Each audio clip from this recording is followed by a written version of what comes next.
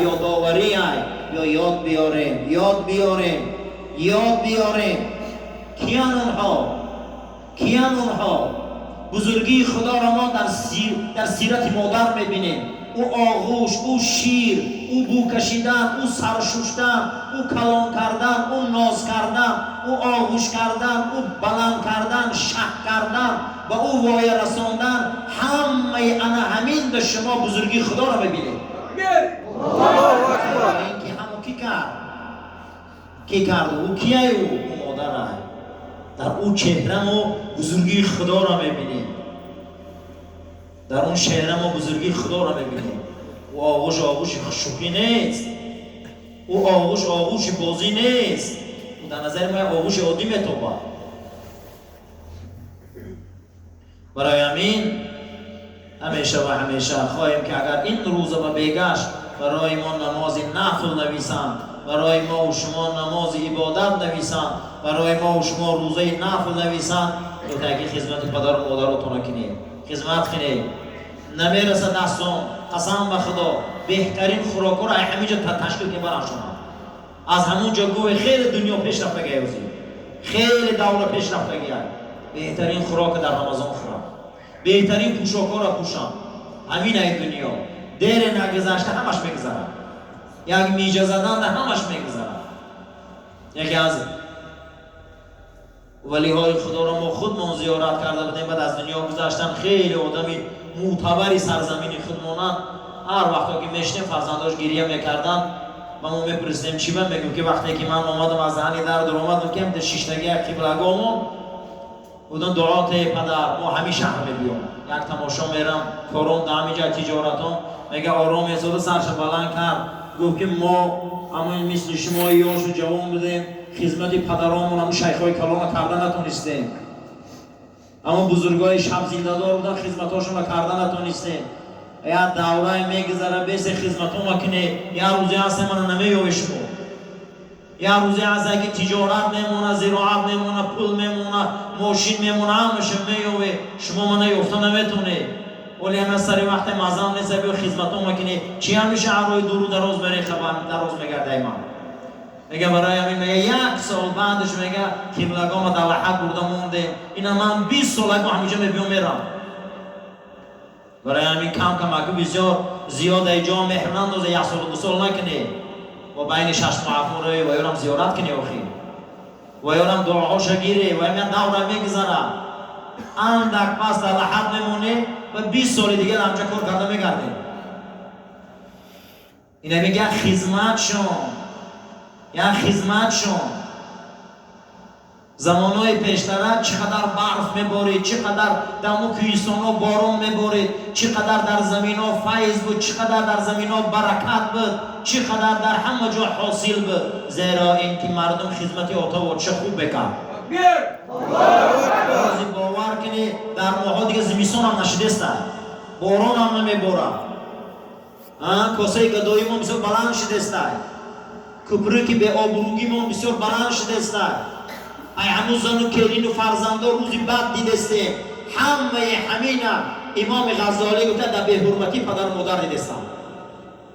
باور کنه خیلی پیشتر مردم خیلی کاری بد نمیکرده، این خیلی کار نبود، این خیلی کار نمیکرد مردم. به حد حوزی ما مهرمون در کاره، به حد ما عاشق کار شدگیم.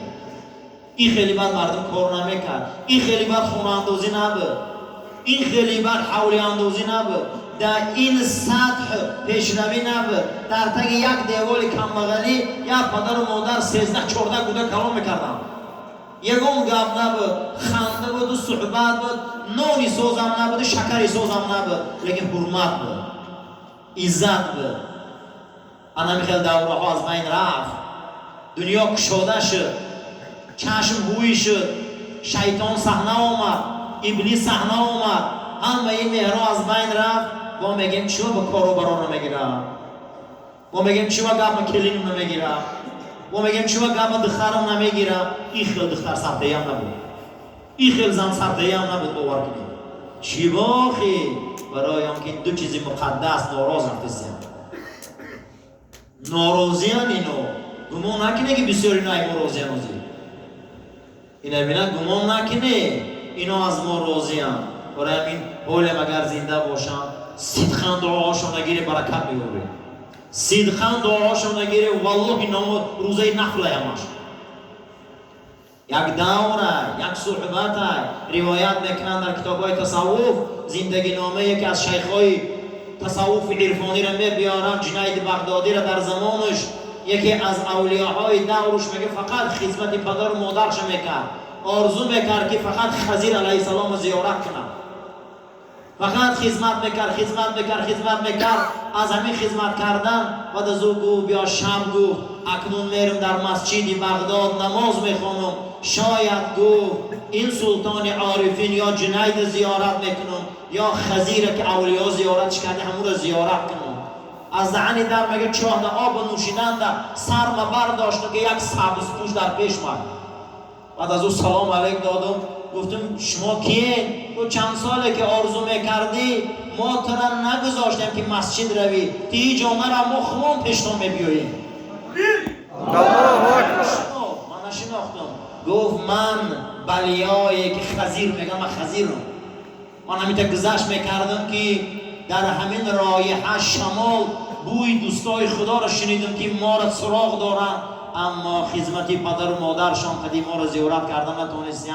ما گفتیم بیا یک گذرگاه کنیم، یک در خاندانشان دعاشتیم گذشته رویم. عزیزا خدمتی آتواچه خیز را میبیورم، خدمتی آتواچه خیز را میبیوره، خدمتی آتواچه آسمان گریان میکنه، خدمتی آتواچه او سه اولیا حدیث در بخاری درونی غار درست کردن، گفتن بیا با اعمالامون وسیله میکنیم که غار سنگش میشوه. یک تشخیص گو پروردگارا هر سحر شترا را میجوشم، شیرش میپزانم، کودکان پاما میکنن که آتا ما گشنه ایم، میگم تا ما باباتون سر نکنیم یگان تا شیر نمیتیم. بعد از او همین کار من میکنم به خاطر خدا میکنم که پدر و مادرم در خدمت کنم و روزگی تر به دست بیارم، همین کار خوب دارم. میگه سنگ جمید دروازه، میگه قریب گوشت، میگم که سنگ جمید کوه جمید دروازه شد. برادران دعای آتواچه شوخی نیست، گویی میشه شوخی میفهمیم، سنگ میجمونه، کوه میجمونه. این حدیث پیامبر اکرم روایت میکنن از امتهای پیشین.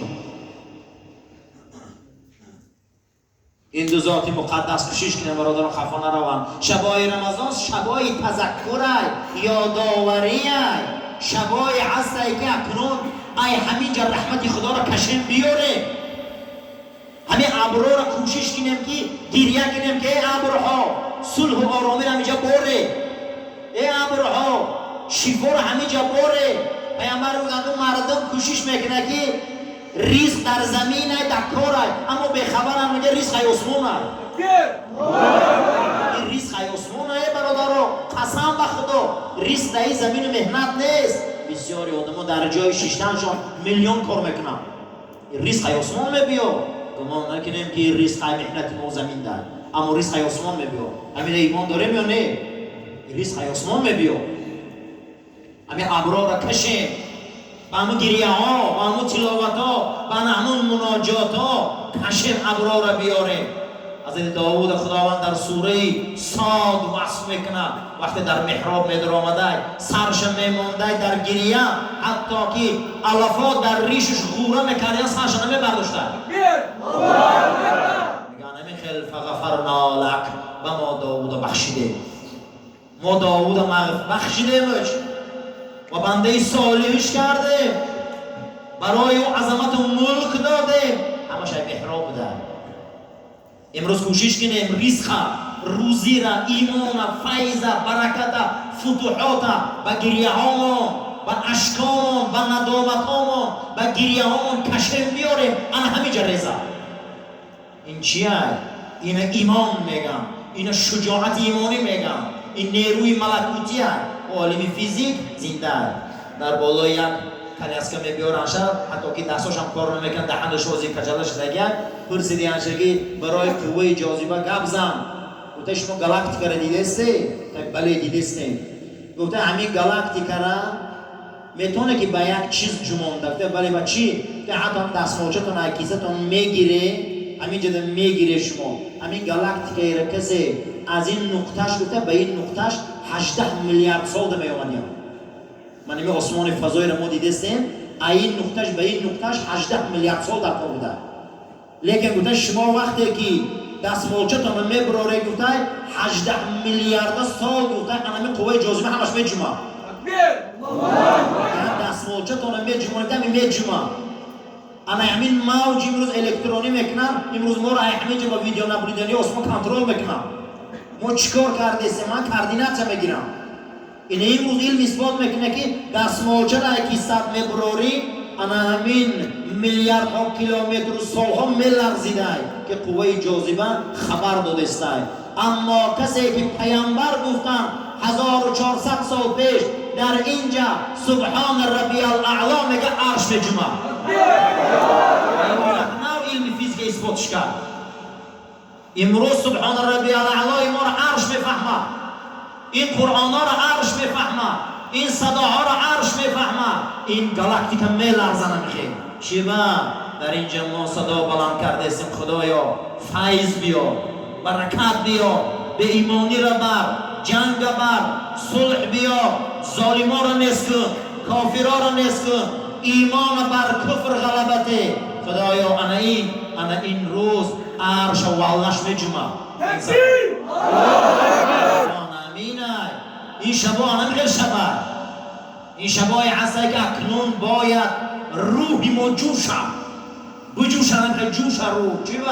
برای که ندای ملکوتی قرآن صدا دعا کوشش کنیم کشیم بیاریم ابرارا. انمون ابر و باران و فتوحات و برکتی که 100 سال 200 سال پیش بود همون رو کشیم بیاریم. این با گریه میبیو، این با صحبت میبیو، این با دعا میبیو، این با طلبندگی میبیو. میطلبی اکنون میبیو میکشیشه میبیاریش در این سرزمین.